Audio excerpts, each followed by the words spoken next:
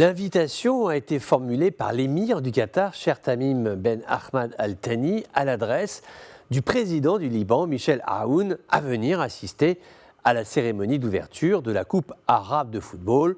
Une visite pour parler sport, mais surtout une rencontre pour parler du contexte particulier de la région. La diplomatie libanaise a connu des moments difficiles à la rentrée lorsque l'Arabie Saoudite, Bahreïn, les Émirats Arabes Unis et le Koweït ont rappelé leurs ambassadeurs en réponse à une déclaration d'un ministre libanais sur la crise au Yémen. Pour le président Aoun, le golfe Persique est une zone d'importance, tant d'un point de vue économique. Le Liban a toujours été un lieu de villégiature pour les grandes fortunes du golfe, que diplomatique. Depuis 1975, le Liban est à la croisée des tensions régionales.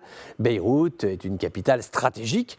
Pour se voir, pour se parler, pour se rencontrer, ce lien doit être maintenu. Et puis, il y a le dossier économique qui n'est pas des moindres. Le Liban, on le sait, est aujourd'hui un pays sinistré, paupérisé, un pays avec un Premier ministre et un gouvernement qui ne s'est toujours pas réuni depuis plus d'un mois. À cela s'ajoute la nouvelle vague pandémique, le variant Omicron qui perturbe le commerce et va porter un coup dur à l'économie mondiale, donc par voie de conséquence au Liban. Car il faut être lucide, Beyrouth a besoin de soutien. Songez qu'au plus fort de la présente crise de la Covid-19, des unités de soins ne pouvaient plus fonctionner faute d'énergie pour faire tourner les groupes électrogènes dans les hôpitaux. Les chaînes d'approvisionnement en médicaments sont fragilisées.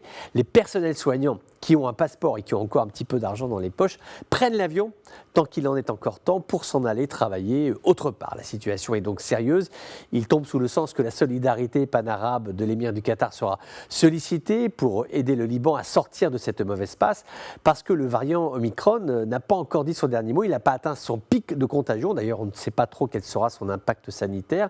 Mais il est certain que le Liban n'est pas à l'abri, pas plus que tout autre pays. Donc il faut anticiper, oui ça c'est sûr, mais surtout il faut résoudre. Et là la crise, comme bien souvent au Liban, eh bien, on a le sentiment que c'est un puits sans fond dans lequel on jette des pelletées de dollars pour l'empêcher de s'effondrer. Mais encore une fois, sans ébauche de plan de sortie de crise, il y a là quelque chose d'assez vertigineux.